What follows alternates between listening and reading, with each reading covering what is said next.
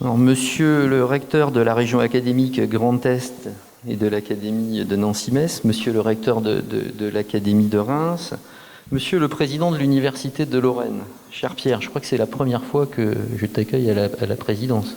Toi, oui. Moi, oui. Pourtant, ça commence à faire un petit peu de temps, donc... Madame la vice-présidente de l'Université de Reims-Champagne-Ardenne, cher Emmanuel, monsieur le directeur de la formation de l'Université de technologie de Troyes, mesdames et messieurs, donc je remercie évidemment les représentants de toutes les institutions partenaires qui soient à distance ou ici, et notamment ceux qui sont ici pour avoir fait le déplacement donc, de cet événement important pour la vie de nos institutions. Je voudrais, monsieur le recteur, si vous me le permettez, excuser madame la rectrice Fabienne Blaise, déléguée à l'enseignement supérieur, à la recherche et l'innovation pour la région académique du Grand Est, qui malheureusement ne peut pas être présente parmi nous aujourd'hui et le regrette. Nous sommes réunis tous ici en respectant complètement les gestes barrières et les jauges qui sont fixés pour l'accueil du public. Et c'est pour cela qu'un certain nombre de participants à cette réunion nous suivent, donc soit en visioconférence, soit à travers le Facebook Live de l'université. Donc merci à vous d'être présents à distance. Certains d'ailleurs le sont depuis 9h15 ce matin, heure de la conférence inaugurale de M. Roy-Nicot, député de la Loire, dont le sujet était quelles perspectives et quelles actions possibles pour améliorer l'accès à l'enseignement supérieur. Donc, je suis vraiment très heureux donc, de vous accueillir aujourd'hui pour vous présenter officiellement donc, ce projet donc, qui nous réunit aujourd'hui, ce projet de territoire d'innovation pédagogique dédié à l'orientation, intitulé « Accompagnement à l'intégration des lycéens dans l'enseignement supérieur », projet qui a été retenu en mai dernier, enfin mai 2019, dans le cadre de l'appel à projet donc, sur les dispositifs territoriaux pour l'orientation vers les études supérieures du programme des investissements d'avenir. Alors, ce projet s'inscrit pleinement dans la stratégie de l'URCA et au-delà, bien sûr, dans la stratégie nationale donc liée à l'orientation et vise à construire et à structurer un véritable écosystème de l'orientation sur les territoires lorrains et champardonnais pour tous les lycéens, quelles que soient leurs origines, leur parcours, leurs compétences. En effet, donc à travers ce projet, ce n'est pas moins de 228 lycées publics et privés des deux académies. Et sur le territoire champardonnais, par exemple, ce sont 22 000 élèves scolarisés dans le second degré en 2020-2021 qui seront concernés par une éventuelle poursuite d'études dans l'enseignement supérieur. C'est dire l'enjeu de l'orientation donc, et de l'accompagnement de ces jeunes vers nos établissements du second degré et vers nos universités. Alors nous le savons, la transition entre l'enseignement supérieur et l'enseignement scolaire donc, est parfois une page compliquée à tourner. Une page compliquée à tourner parce que de nombreuses réformes ont impacté les formations du supérieur et puis la réforme du lycée cette année donc, produira complètement ses effets. Donc tout simplement aussi parce que du coup ces évolutions font que l'accompagnement habituel des lycéens, donc on va dire par leurs parents, est peut-être plus complexe à mettre en œuvre, et puis que nous pouvons le constater aussi, cet accompagnement à l'orientation devient une véritable éducation donc à l'orientation.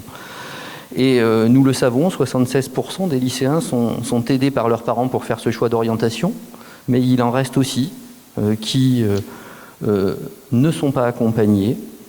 Donc ce chiffre montre que les inégalités sociales peuvent aussi fausser cette orientation, et donc un système complexe et un certain nombre d'inégalités rend nécessaire maintenant donc, de mettre en place le type de projet dont nous allons vous parler aujourd'hui.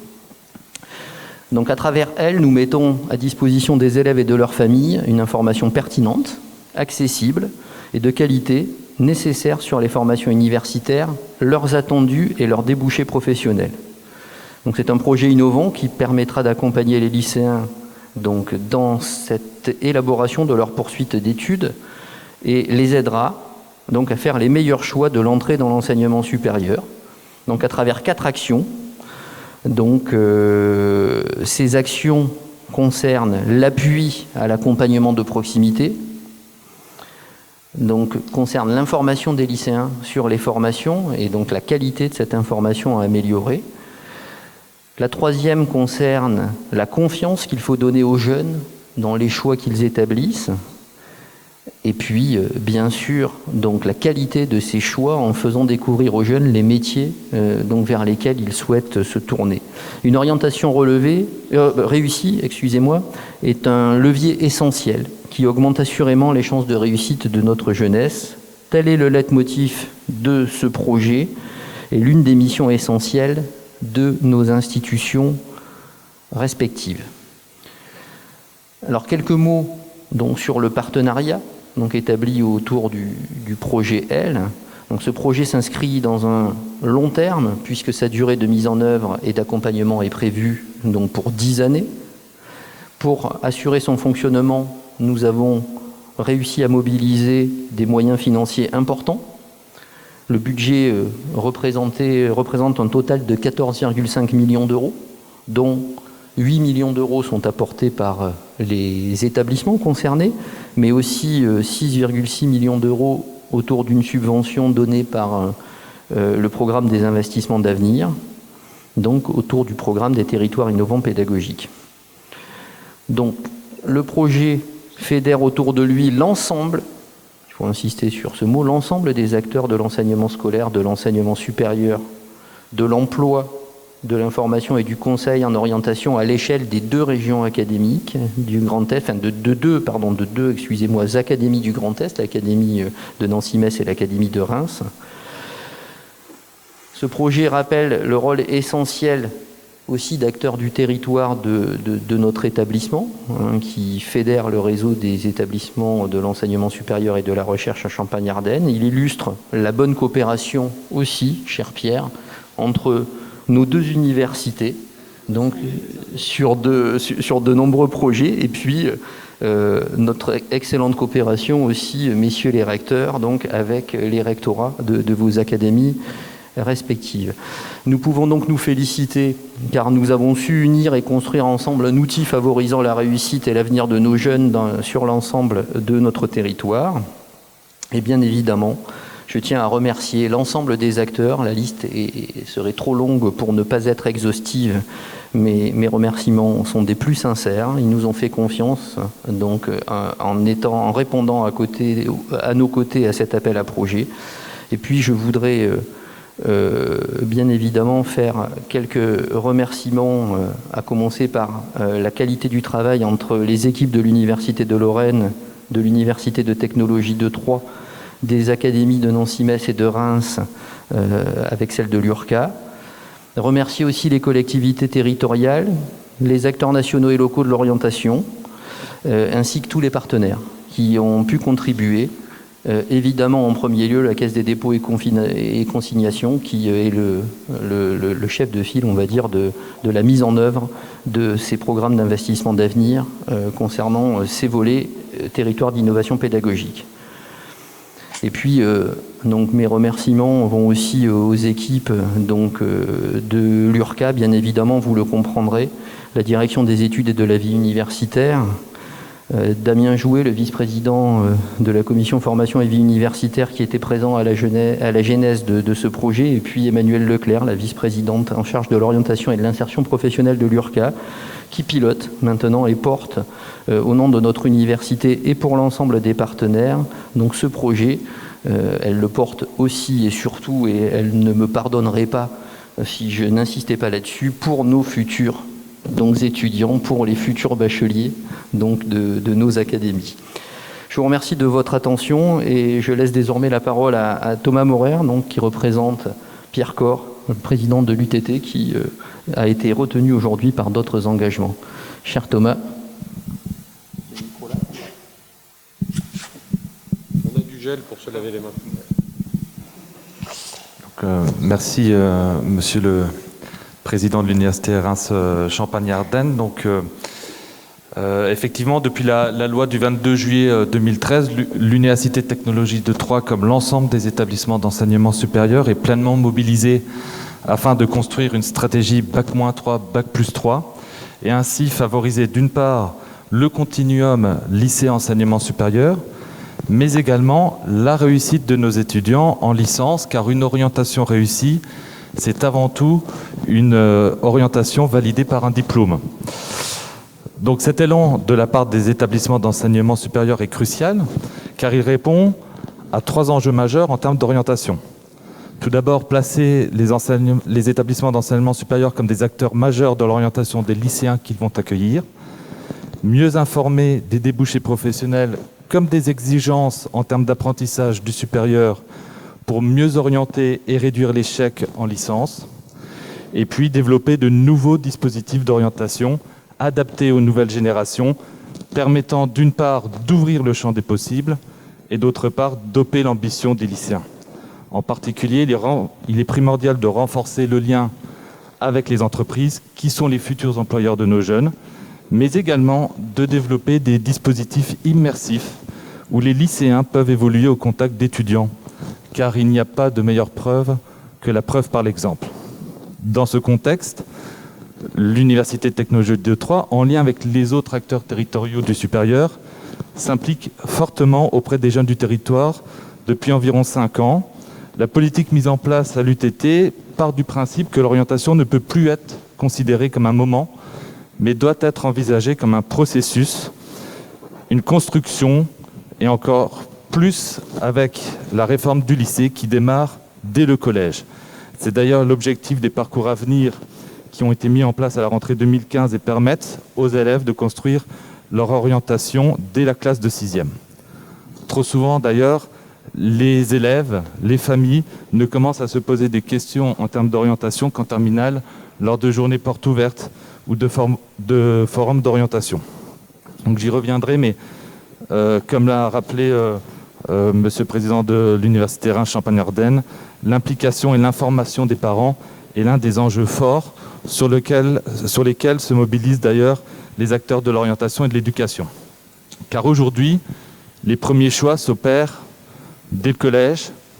Est-ce que je vais aller vers l'enseignement général ou professionnel? En seconde, avec la réforme du lycée, quelles sont les spécialités que je vais choisir et donc quelles sont les portes que je vais ouvrir? Et puis, afin que l'orientation, comme j'ai pu le dire, ne soit pas une orientation par défaut, mais une orientation choisie puis réussie, il est primordial que le lycéen puisse avoir les résultats suffisants en première et terminale, puisque Parcoursup nous permet de sélectionner et accueillir des étudiants en fonction de leurs résultats en première et terminale. On voit donc que l'orientation est bien un processus qui commence dès le collège. Aussi à l'UTT, en lien avec nos partenaires, notamment le rectorat ou les autres établissements de l'ESR Champardonnay et Lorrain, nous cherchons d'une part à mieux informer les lycéens.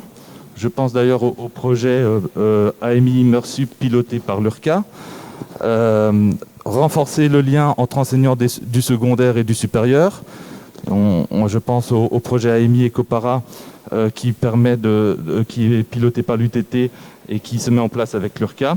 Et puis, une autre piste est de suivre, dans le cadre de notre cordée de la réussite à l'UTT, notre programme d'égalité des chances, les jeunes du territoire de la 4e jusqu'à leur entrée dans le supérieur et créer ainsi une communauté éducative élargie qui implique les établissements du secondaire, les établissements du supérieur, mais également les étudiants, les collectivités territoriales, les entreprises locales et les parents. Dans ce contexte, le projet L est une formidable opportunité pour l'ensemble des acteurs du territoire.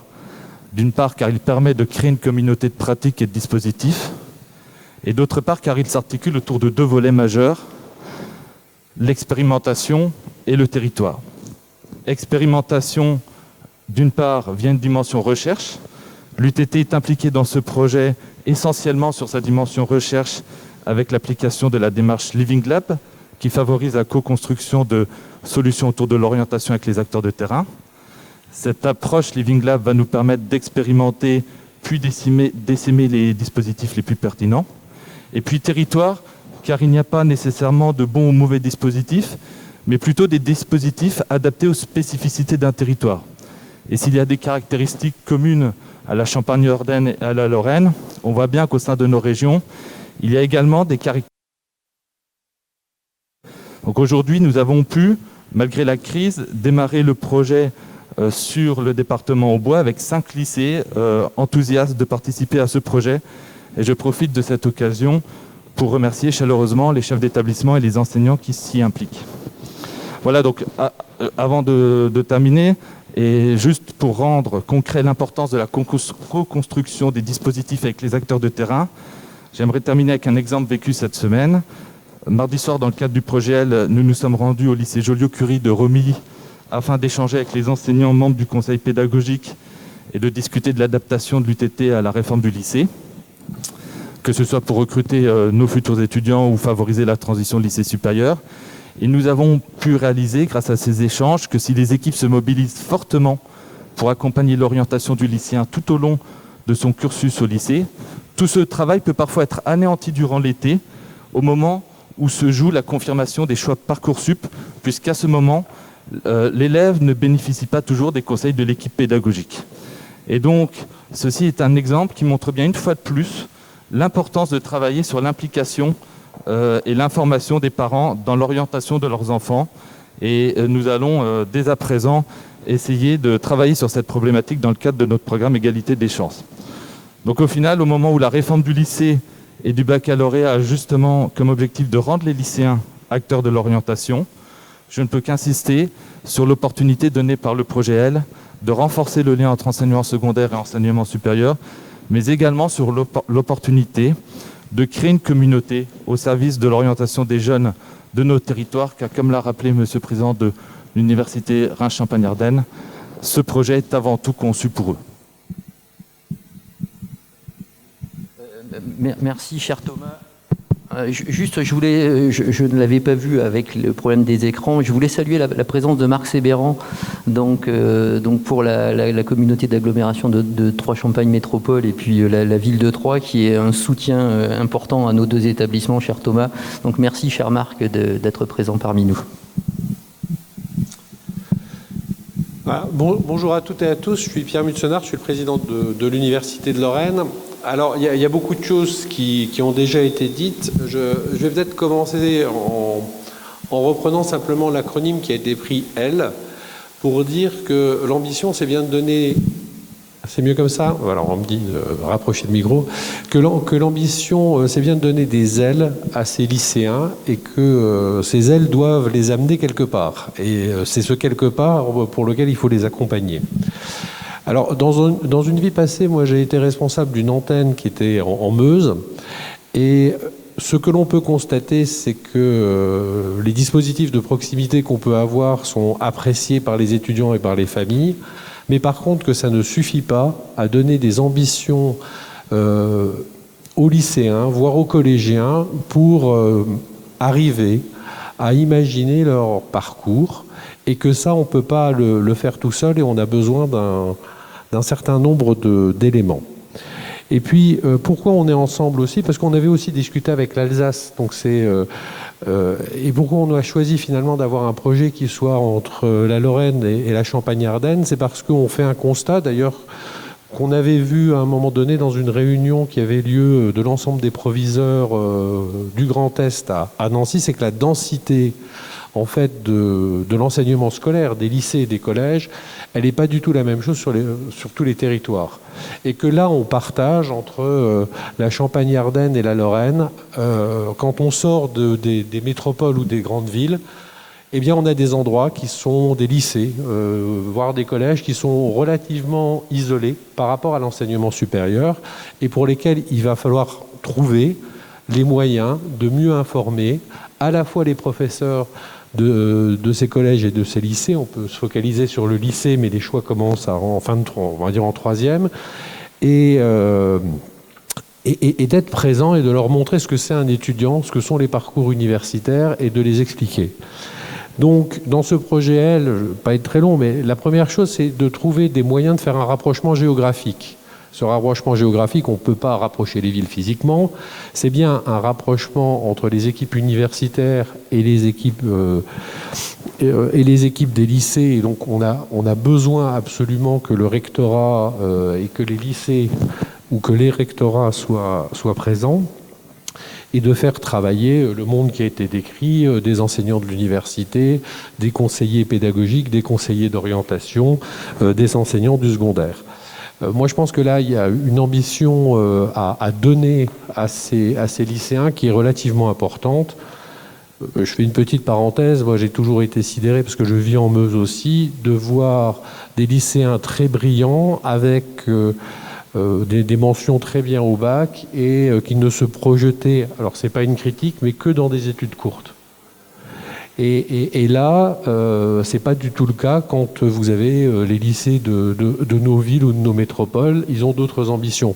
Donc on voit bien qu'on a un challenge sur les ambitions à donner à la fois à ces lycéens et aussi à rassurer les familles sur les parcours que l'on peut avoir dans le supérieur. Ce rapprochement, il va aussi passer par le numérique.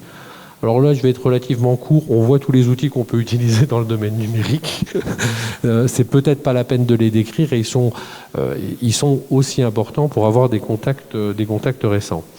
Mais il y a aussi une proximité générationnelle, parce qu'à l'intérieur de ce programme, on va avoir des ambassadeurs qui seront nos étudiants et qui vont pouvoir, parce qu'on le sait quand on va dans des salons, quand on va ailleurs, quelqu'un comme moi qui viendrait expliquer à un lycéen ce qu'il doit faire, ça ne marche pas.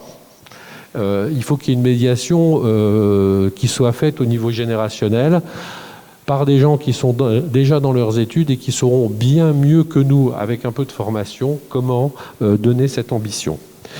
Au niveau de la Lorraine, on a déjà commencé. Il y a déjà 19 lycées qui participent dans 4 territoires à l'opération. Donc on compte bien évidemment l'amplifier. Et puis, il y a quelque chose qu'on n'a pas évoqué là, parce que j'essaye de venir en complément, c'est qu'on va avoir un observatoire des parcours qui se met en place. Et ça va être extrêmement important. On le fait déjà dans nos universités sur le parcours de nos étudiants à l'intérieur de l'université, parce qu'il n'est pas toujours linéaire, mais qu'on puisse avoir cet observatoire qui croise, je dirais, du lycée au supérieur, pour voir et trouver à mieux orienter tout de suite, ou à mieux conseiller, parce que c'est l'orientation, c'est du conseil, à mieux conseiller ces lycéens. Donc c'est un très beau projet, et on espère que très vite, dans 2, 3, 4 ans, on verra une nouvelle ambition renaître des territoires pour tous ces lycéens qui se sentent un peu loin de l'enseignement supérieur et on l'espère plus tard de la recherche, parce que j'oublie pas qu'on est une université. Voilà. Merci à toutes et à tous. Je te repasse le micro.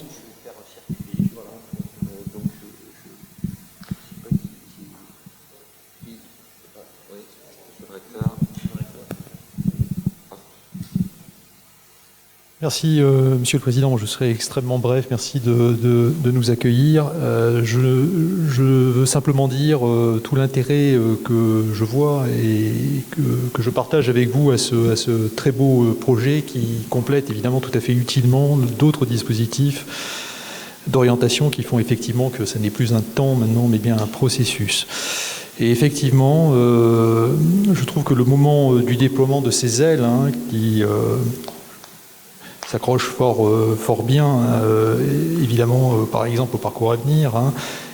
Ce moment, il est vraiment très bienvenu en cette année où, finalement, nous avons la première génération de lycéens qui aura bénéficié de la réforme du baccalauréat, qui va se lancer dans le supérieur. C'est un moment qui est effectivement un moment délicat et clairement, je mesure l'avancée que ce dispositif va nous permettre collectivement de connaître. Voilà, je m'arrêterai là pour passer la parole, si vous me le permettez, Monsieur le Président.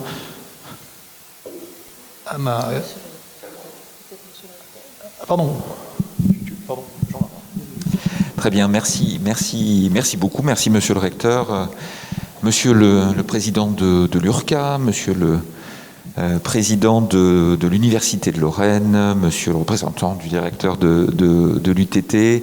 Je voudrais saluer aussi Monsieur Sebéran, que j'ai déjà eu l'occasion de rencontrer lors de d'un de mes déplacements à Troyes, et notamment à l'UTT, qui est en ligne effectivement à distance.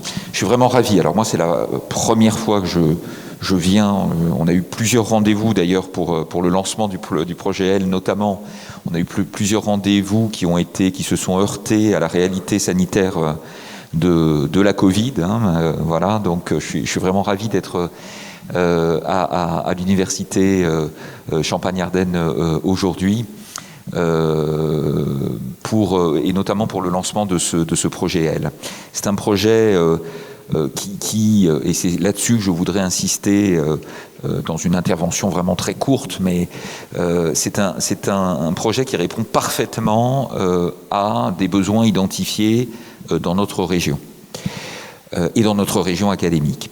Je voudrais peut-être citer ces besoins. Là, nous sommes sur un projet qui réunit l'Académie de Reims et l'Académie de Nancy-Metz, qui réunit l'Université de Lorraine, l'UTT et l'URCA. Ce sont effectivement dans nos deux académies un constat assez ancien, même s'il s'est amélioré ces dernières années, un constat de retard, on va dire, dans les poursuites d'études des élèves dans l'enseignement supérieur. Alors, il y a eu un rattrapage depuis 2018. Nous atteignons maintenant les taux nationaux, si tant est que la moyenne nationale soit un objectif à atteindre. Je dirais d'autant moins que, et pardonnez-moi, je vais vous donner un exemple relatif à l'Académie de Nancy-Metz, mais dans l'Académie de Nancy-Metz, bien que nous ayons un indicateur de positionnement social qui est un peu plus faible que la moyenne nationale, quand on regarde les résultats au niveau des parcours des élèves, les évaluations CP sont meilleures que la moyenne nationale, les évaluations de CE1 sont meilleures que la moyenne nationale, les résultats au baccalauréat au pluriel sont meilleurs que la moyenne nationale, mais néanmoins, on n'est pas sur des taux supérieurs, et pendant très longtemps, on a été en dessous la moyenne nationale en matière de poursuite d'études. Et je crois que l'Académie de Reims a un profil assez similaire que l'Académie de Nancy-Metz.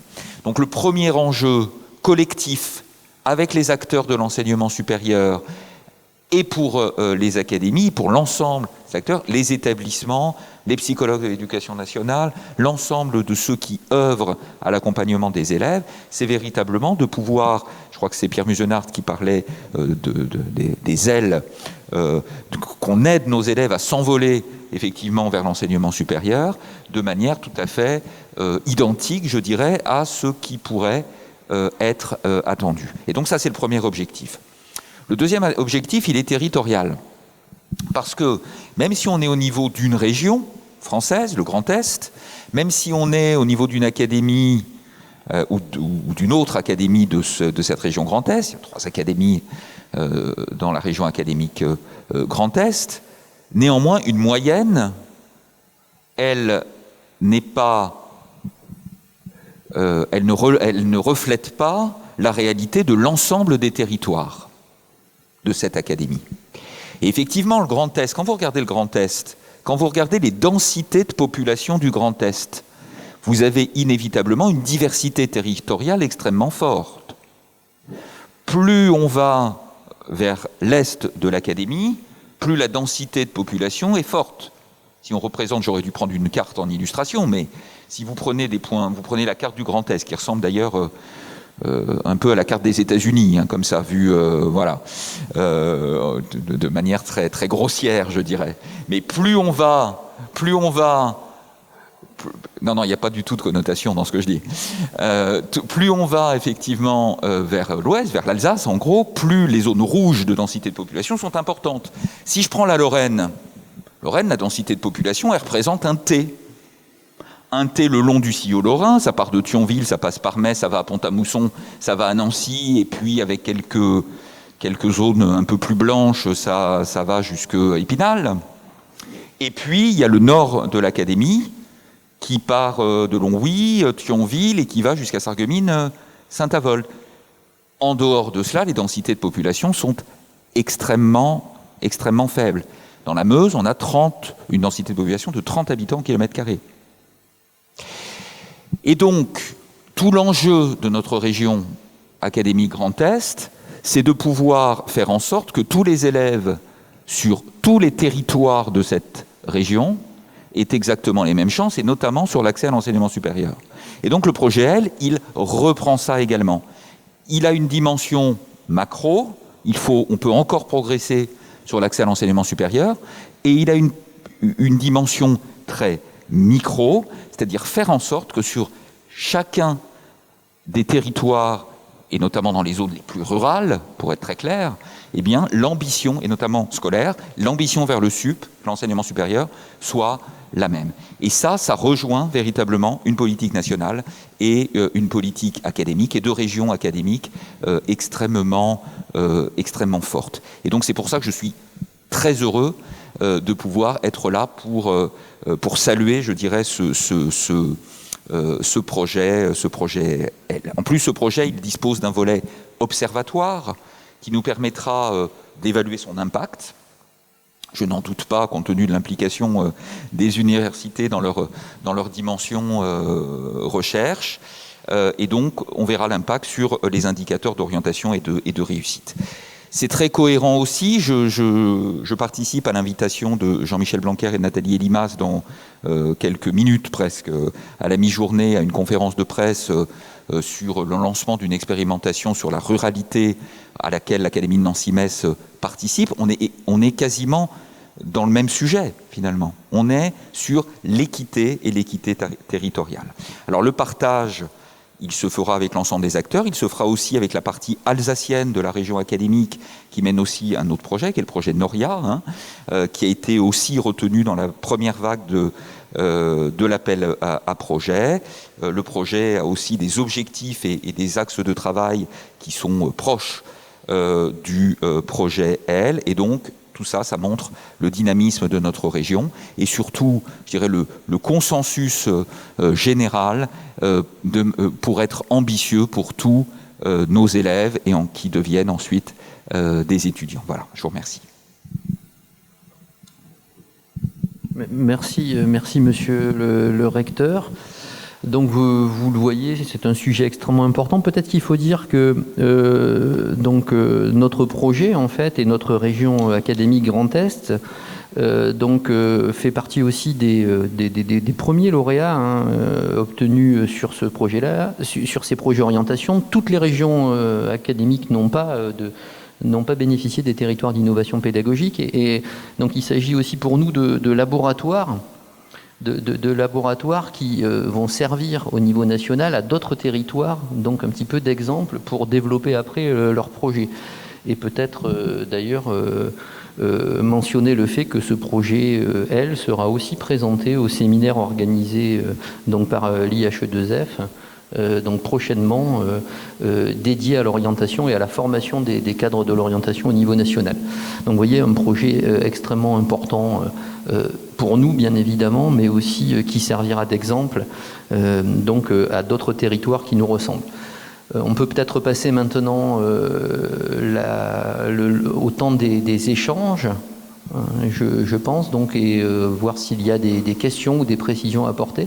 Marie-Odette, je ne sais pas comment c'est organisé, donc je te passe le micro.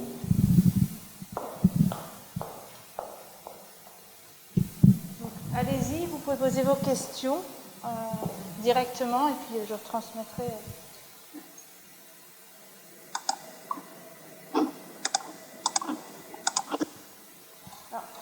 Oui, normalement, ils vont poser les questions à l'oral. C'est plus simple pour nous. Oui, bonjour, je ne sais pas si vous m'entendez bien. Il y avait une petite question tout d'abord par rapport à ce problème d'orientation des lycéens, par rapport aux résultats au bac et ce décalage par rapport à l'orientation dans l'enseignement supérieur que vous avez constaté. Comment on explique ce décalage aujourd'hui ? C'est quoi ? C'est des élèves qui se freinent, qui ont une méconnaissance aujourd'hui des filières d'enseignement supérieur ? Écoutez, je crois, c'est sans doute un petit peu tout à la fois. D'ailleurs, ça peut être intéressant d'aller au-delà sur. Alors, souvent, on utilise un terme que j'aime pas trop, qui est de dire finalement, certains élèves manquent d'ambition scolaire. Moi, je crois qu'en fait, la question d'ambition scolaire ou universitaire, c'est pas inné. Vous voyez, c'est de l'acquis. Alors c'est peut-être ma résurgence de sociologie qui revient, ou de psychologie, mais je pense que c'est de l'acquis. Et donc notre rôle, c'est vraiment de les accompagner là-dessus. On a une autre caractéristique dans notre région, et notamment dans les 2 académies de Reims et de Nancy-Metz, c'est que on a un pourcentage de bacheliers qui restent dans la région qui est plus important que le niveau national. Alors c'est lié à la qualité de l'enseignement supérieur, évidemment, bien sûr, mais c'est sans doute lié pour certains élèves aussi au fait qu'ils ont parfois un petit peu plus de mal à aller voir ailleurs, en quelque sorte. Voilà. Et donc, notre rôle, c'est de les aider aussi à prendre leur envol. Hein, c'est pour continuer, pour filer la métaphore qui est assez facile, je vous l'accorde. Voilà. Peut-être apporter donc des éléments qui concernent plus les différents sites de l'URCA, mais effectivement, ce qu'on observe, c'est depuis un certain temps, je dirais même depuis toujours, je pourrais dire même, une sorte de plafond de verre sur certains territoires. Et ce qui est surprenant, c'est que ce plafond de verre n'est pas forcément lié au profil sociologique complet des étudiants. C'est-à-dire qu'il y a aussi cette rupture territoriale, vraiment, voilà, qui entre en compte. Donc il y a d'un côté, parfois, le fait qu'il est coûteux d'aller faire des études aussi loin de chez soi, et donc ça peut rentrer dans la balance, mais il y a aussi une rupture territoriale et un, on va dire, voilà, un gap à franchir, donc pour pouvoir aller faire des études dans le supérieur. Et c'est pour cela que donc on a aussi développé des sites de proximité avec différentes stratégies mises en œuvre. Et les dernières stratégies sont notamment les campus connectés, en fait, où on essaye de permettre, donc, juste après le baccalauréat, de débuter des études supérieures vraiment à proximité de chez soi, pour préparer après ce saut dans un établissement d'enseignement supérieur universitaire, comme sont nos campus. Donc. Et puis le deuxième point, c'est sur l'URCA, c'est assez surprenant cette rentrée, c'est un peu tôt pour en tirer des conclusions. Peut-être que la crise sanitaire donc, y a contribué, mais on a vu en fait que nos campus de proximité, donc nos sites délocalisés de Charleville-Mézières, de Châlons-en-Champagne, de Troyes et de Chaumont, ont été plus attractifs pour les bacheliers que le site principal de Reims.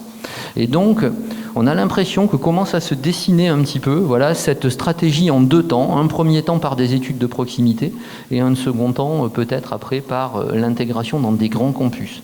Moi, j'ai été surpris un jour par une réunion à la sous-préfecture de Rethel. Donc Rethel, pour ceux qui ne connaissent pas, c'est à 40 km de Charleville-Mézières, de Reims et d'ailleurs de Charleville aussi, c'est entre les deux. Organisé donc par la sous-préfecture et qui avait donc pour but ce sujet. Et des représentants, des bacheliers, des représentants des parents nous ont dit à cette réunion, écoutez, pour les études supérieures, Charleville c'est trop loin, 40 km, et Reims c'est le Far West. Voilà ce qu'on nous a dit. C'est-à-dire que c'est la grande ville, ça fait peur, on ne veut pas y aller. Eh bien, je pense que ça doit nous faire réfléchir sur effectivement un petit peu l'état d'esprit de certains lycéens qui peuvent être brillants, mais qui ne veulent pas franchir ce pas de vraiment s'éloigner donc de leur résidence familiale et qui ont aussi, à un moment donné, cette crainte d'arriver dans un environnement qui les effraie par sa taille, on va dire peut-être, tout simplement.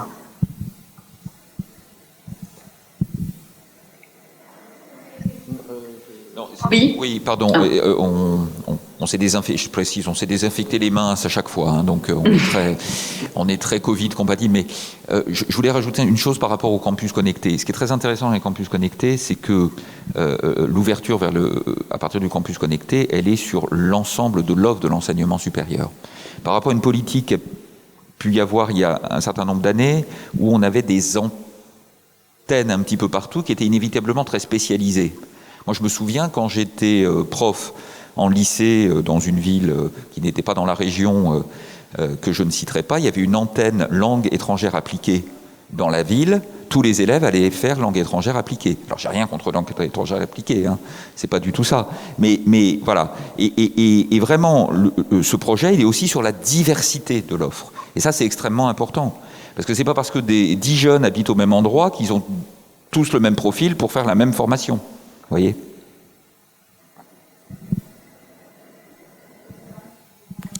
Pascaline Marion. Et donc Pascaline de l'AEF. Je voulais vous demander concrètement comment l'expérimentation se fait en ce moment dans les lycées évoqués, les lycées pilotes, et aussi ensuite le phasage qui est prévu au fil des ans. Et puis l'autre question, ça portera sur le volet enseignant, un plan de formation prévu. Quand ce projet doit-il démarrer ? Alors, je vais répondre. Donc, Emmanuelle Leclerc, vice-présidente en charge de l'orientation et de l'insertion, qui suit plus particulièrement ce projet, elle. Alors, pour répondre effectivement à votre question, il est évident que ce projet est mis en place depuis une année. Nous avons une année de mise en place au niveau de la gouvernance de ce projet. Et puis, en même temps, des actions qui ont été déjà très, très clairement développées sur la question, malgré la crise du Covid, puisque c'est un frein qui a été fort, où la relation entre les universités se sont réalisées, notamment aujourd'hui de façon parfois physique, notamment sur les formes d'immersion, sur les ambassadeurs qui sont on va dire qui sont déjà recrutés, qui existent et qui font des interventions, qui ont été aussi formés, qui font des interventions sur le terrain, qui font des interventions aussi parfois virtuelles, puisqu'il est clair que nous allons aussi utiliser les outils virtuels dans le contexte actuel, tous les outils également d'immersion, de visite virtuelle de sites universitaires qui sont un point important. Donc il y a des choses concrètement, une vingtaine d'ambassadeurs qui ont été recrutés, formés, accompagnés dans le territoire de Lorrain, sur l'académie de Nancy-Metz, un petit peu moins sur l'académie de Reims, qui sont actuellement à pied d'œuvre et qui vont intervenir dans les établissements, donc très rapidement vont toucher plusieurs classes, donc on va dire des classes entières, et vont faire un petit peu tourner dans les classes, de façon virtuelle si la crise sanitaire perdure, et ou alors de façon concrète dans les établissements. Sur la question du plan de formation continue, donc la formation des enseignants, effectivement, l'idée, c'est que le projet, pour construire une culture de l'orientation, propose des actions de formation dans ces plans de formation, et puis vient s'ajouter à ça des communautés de pratique entre le SCO et le SUP. Alors typiquement, nous sommes, vous l'avez souligné, dans une période de réforme du bac, réforme du BUT, du bachelor universitaire de technologie, et des réunions d'information, d'échanges se font entre le scolaire, le SCO et le SUP sur ces questions effectivement de réforme, et ça va être continué bien sûr à la fois dans le plan de formation des enseignants, mais aussi dans les échanges, puisque la philosophie est véritablement de pouvoir alimenter cette continuité entre le bac-3, bac+3, et une meilleure connaissance des acteurs, puisque je pense que c'est un des facteurs de réussite de ce projet, c'est d'arriver à traduire entre les acteurs qui viennent du second degré et du supérieur l'objectif commun de développer vraiment la philosophie de la culture de l'orientation.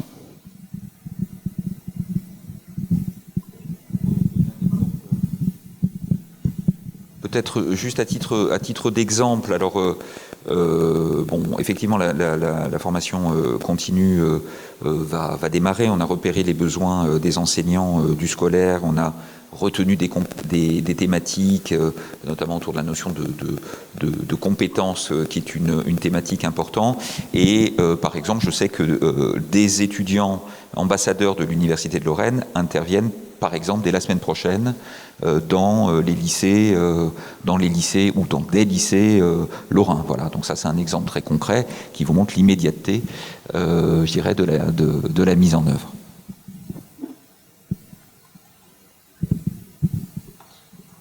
Y a-t-il une autre question ?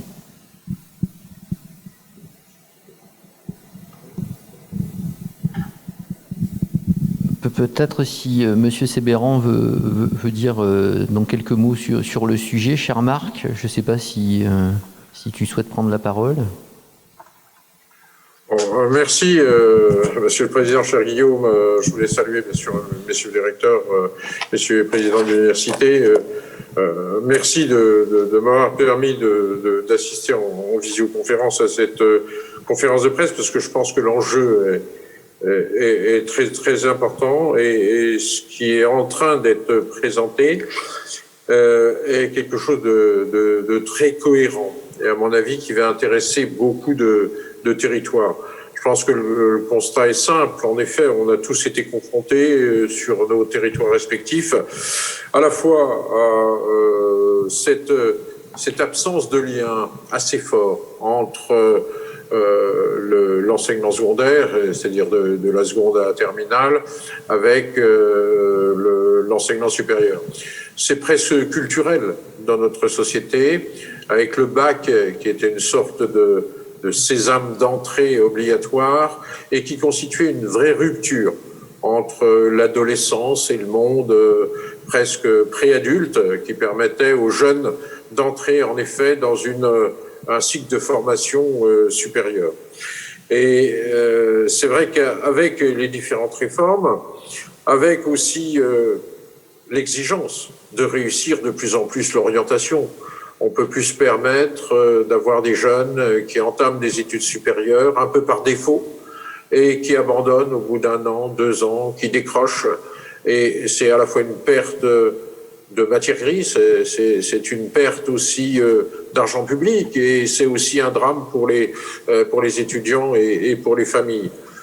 C'est vrai qu'il y a tout un travail à faire déjà sur les méthodes de travail qui sont très différentes dans l'enseignement secondaire et dans l'université. Et ça, ce travail en commun entre les enseignants du secondaire et les enseignants du supérieur est, à mon avis, très très important, parce que c'est ce qui permettra de faire un lien beaucoup plus pratique. Vous avez aussi souligné l'intérêt du travail qui va être fait en proximité. On s'aperçoit qu'en effet, la barrière psychologique de l'enseignement supérieur est aussi une barrière qui est quasiment territoriale, puisque le fait de quitter à la fois sa famille, le fait de s'expatrier géographiquement, joue beaucoup, en sus des problèmes financiers que ça provoque.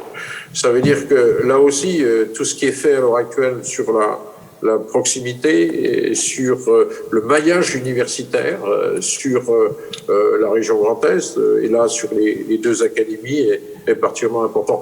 C'est pour ça que je vais être bref, et je vais tout simplement dire que au niveau d'un territoire, d'une agglomération comme celle de Troyes-Champagne Métropole, c'est un enjeu majeur. D'ailleurs, au moment de la rédaction du schéma d'enseignement supérieur local que l'on a réalisé, eh bien, ce continuum Bac-3, Bac+3 est au cœur de nos priorités. Est au cœur de nos priorités parce que c'est quelque chose qui est, à mon avis, essentiel, et je suis particulièrement heureux que cet accord général au niveau des 2 académies puisse se faire, cet accord transacadémique au niveau d'une académie qui est le Grand Est, eh bien, puisse se faire avec la collaboration extrêmement fructueuse entre les présidents des universités de Champagne-Ardenne et de Lorraine. Ça peut être une sorte, en effet, de modèle au niveau national. Et si nous réussissons cet enjeu, beaucoup d'éléments discriminants qui nous sont reprochés à l'heure actuelle dans la société, avec cette difficulté de passer ce cap quasiment psychologique de l'enseignement secondaire à l'enseignement supérieur, eh bien, tout cela sera solutionné. En tout cas, bravo à tous les initiateurs, et je voudrais vous dire que, évidemment, des collectivités comme la nôtre auront à cœur de vous accompagner dans ce projet.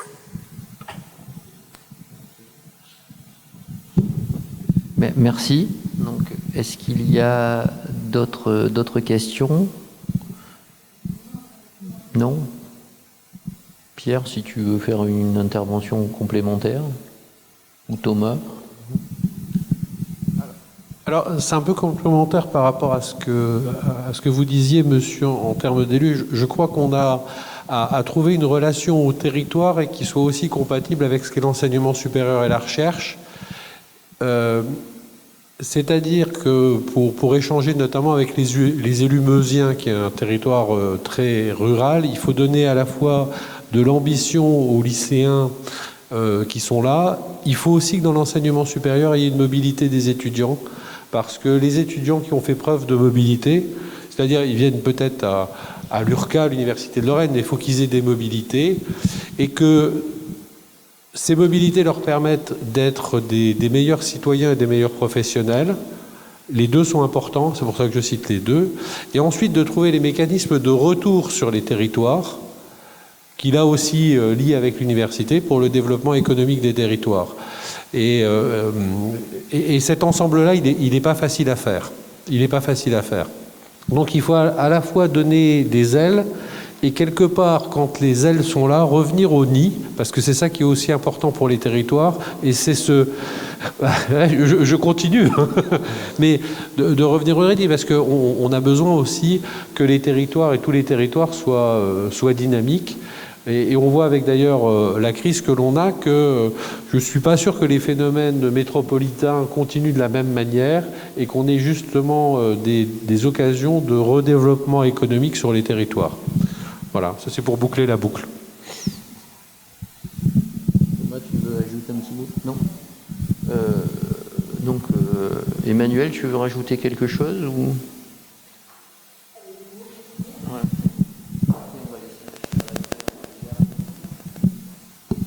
Alors effectivement, ça a été souligné, c'est un projet qui est long, puisqu'il dure 2 années.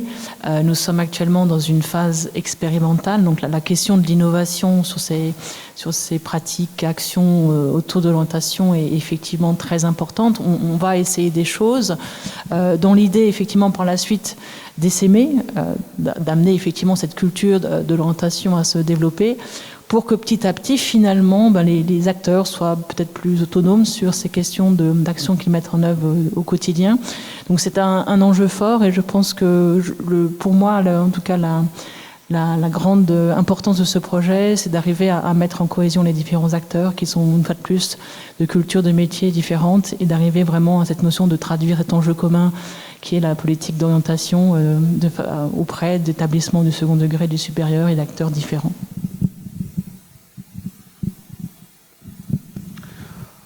Très bien, Monsieur le Président, Messieurs les Présidents. Non, simplement pour remercier tout le monde. Vous avez compris, hein, nous portons, que ce soit au niveau des universités, des académies, et moi d'autant plus en tant que recteur de la région académique, ce projet, cette ambition. L'objectif, c'est la réussite de nos jeunes. Je remercie beaucoup toutes les collectivités locales pour leur implication, parce qu'elle est quotidienne. Et voilà, à très bientôt. Et puis, j'aurais peut-être dû commencer par là. Très bonne année 2021 à tous. Merci.